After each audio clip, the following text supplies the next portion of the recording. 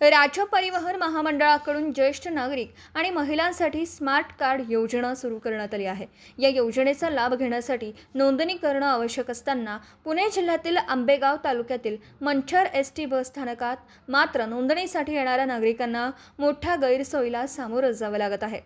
ज्येष्ठ नागरिक आणि महिलांना तासनतास रांगेत उभं राहावं लागत असल्यानं नागरिकांमध्ये नाराजी व्यक्त होत आहे।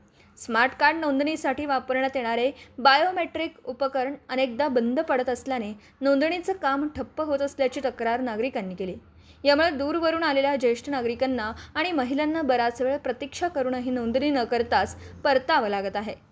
यंत्रणा सुरळीत नसल्याने नागरिकांना पुन्हा बसस्थानकात हेलपाटे मारावे लागत असून संबंधित यंत्रणेच्या नियोजनाचा अभाव स्पष्टपणे दिसून येत असल्याचं नागरिकांचं म्हणणं आहे। ज्येष्ठ नागरिक आणि महिलांना सवलतीच्या प्रवासाचा लाभ मिळावा यासाठी सुरू करण्यात आलेल्या योजनेतच लाभार्थ्यांना त्रास सहन करावा लागत असल्याने संताप व्यक्त होत आहे।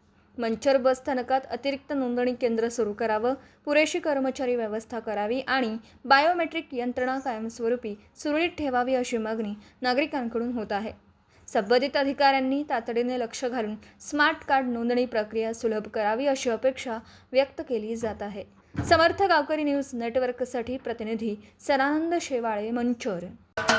महाराष्ट्राचे सर्वमान्य दैनिक समर्थ गावकरी अहमदनगर, पुणे, नाशिक, जळगाव, धुळे, नंदुरबार, सोलापूर, कोल्हापूर, सांगली, सातारा, मुंबई, ठाणे, पालघर, रत्नागिरी, रायगड, सिंधुदुर्ग, नांदेड, उस्मानाबाद, बीड, औरंगाबाद, नागपूर, गडचिरोली, भंडारा, गोंदिया, अकोला, यवतमाळ, बुलढाणा येथून एकाच वेळी प्रसिद्ध होणारे एकमेव दैनिक, सर्वसामान्य जनतेचे खुले व्यासपीठ। संपादक आहेत विश्वासराव आरोटे। मोबाईल नंबर आहे 9423 38 85 08।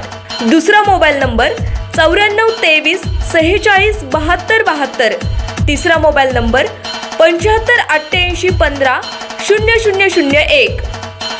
वेबसाईट आहे sgavkari.com। मेल आयडी आहे akl gavkari@gmail.com।